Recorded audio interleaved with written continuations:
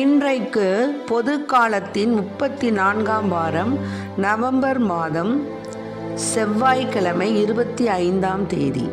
இன்று அலெக்சாந்திரியா நகர் புனித கத்ரீன் கன்னி மறைசாட்சி அவர்களுடைய நினைவு விழா.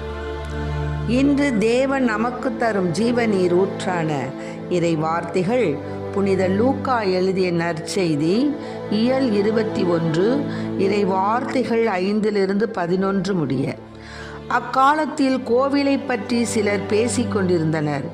கவின்மிகு கற்களாலும் நேர்ச்சை பொருள்களாலும் கோவில் அழகுபடுத்தப்பட்டிருக்கிறது என்று சிலர் பேசிக் கொண்டிருந்தனர். இயேசு, இவற்றையெல்லாம் பார்க்கிறீர்கள் அல்லவா? ஒரு காலம் வரும், அப்போது கற்கள் ஒன்றின் மேல் ஒன்று இராதபடி இவையெல்லாம் இடிக்கப்படும் என்றார். அவர்கள் இயேசுவிடம், போதகரே, நீர் கூறியவை எப்போது நிகழும்? இவை நிகழப்போகும் காலத்திற்கான அறிகுறி என்ன என்று கேட்டார்கள். அதற்கு அவர், நீங்கள் ஏமாறாதவாறு பார்த்து கொள்ளுங்கள். ஏனெனில் பலர் என் பெயரை வைத்து கொண்டு வந்து நானே அவர் என்றும் காலம் நெருங்கி வந்துவிட்டது என்றும் கூறுவார்கள். அவர்கள் பின்னே போகாதீர்கள். ஆனால் போர் முழக்கங்களையும் குழப்பங்களையும் பற்றி கேள்விப்படும் போது திகில் உறாதீர்கள்.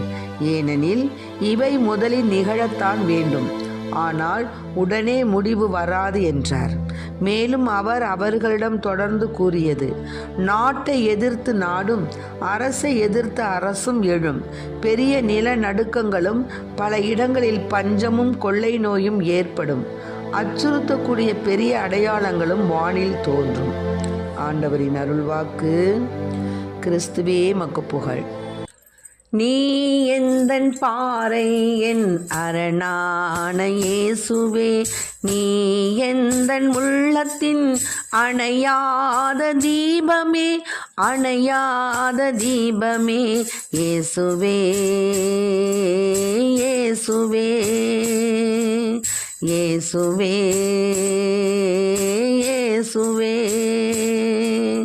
நீ எந்தன் பாறை, என் அரணான இயேசுவே, நீ எந்தன் உள்ளத்தில் அணையாத தீபமே,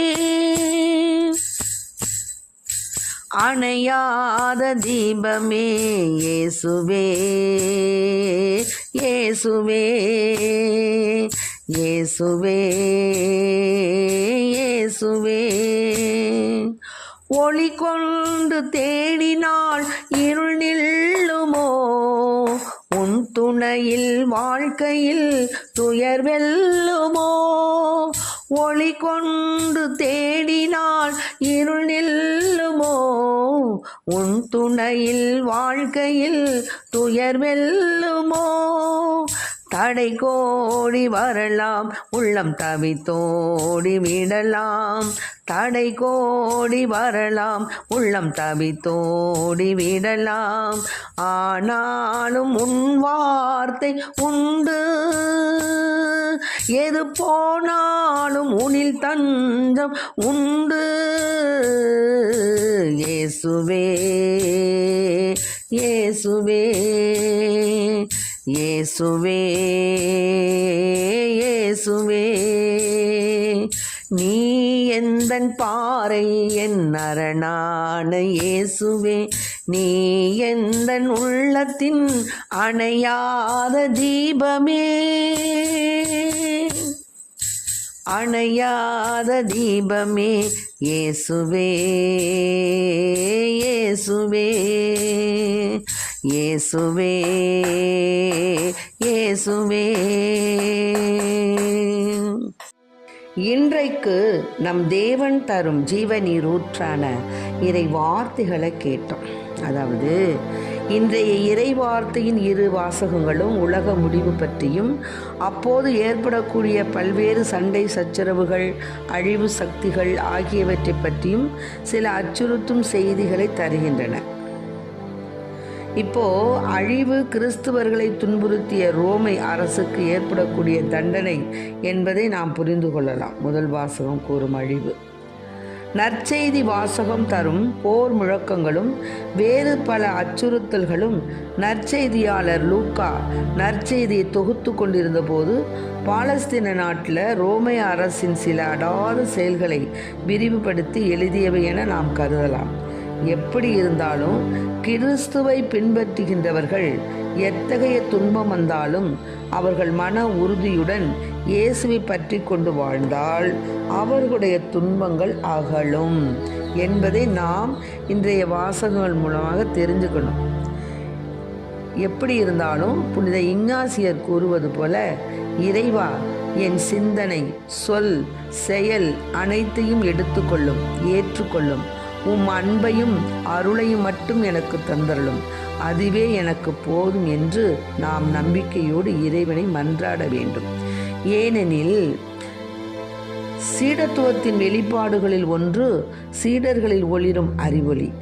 எதை செய்ய வேண்டும் என்று தெளிந்து தேர்ந்திட தேவையான ஞானம் இறை அருளால் அவர்களுக்கு வழங்கப்படுகின்றது.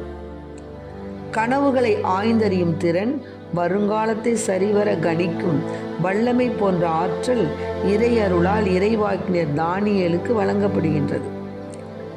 இயேசுவும் எதிர்காலத்தில் நடக்க இருக்கும் நிகழ்வை இன்றைய நற்செய்தியில முன்னறிவிக்கின்றார். ஆக நாம் என்ன செய்கிறோம்? நம்முடைய தன்னலத்தாலும் அகந்தையாலும் நாமே ஆபத்தை வரவேற்கின்றோம். அதனால புனித இஞ்ஞாசியார் கூறுவது போல, இறைவா, என் சிந்தனை, சொல், செயல் அனைத்தையும் எடுத்துக்கொள்ளும், ஏற்றுக்கொள்ளும். உம் அன்பையும் அருளையும் மட்டும் எனக்கு தந்தருளும், அதுவே எனக்கு போதும் என நம்பிக்கையோடு மன்றாடுவோம். ஆமென். Praise the lord. மரியே வாழ்க.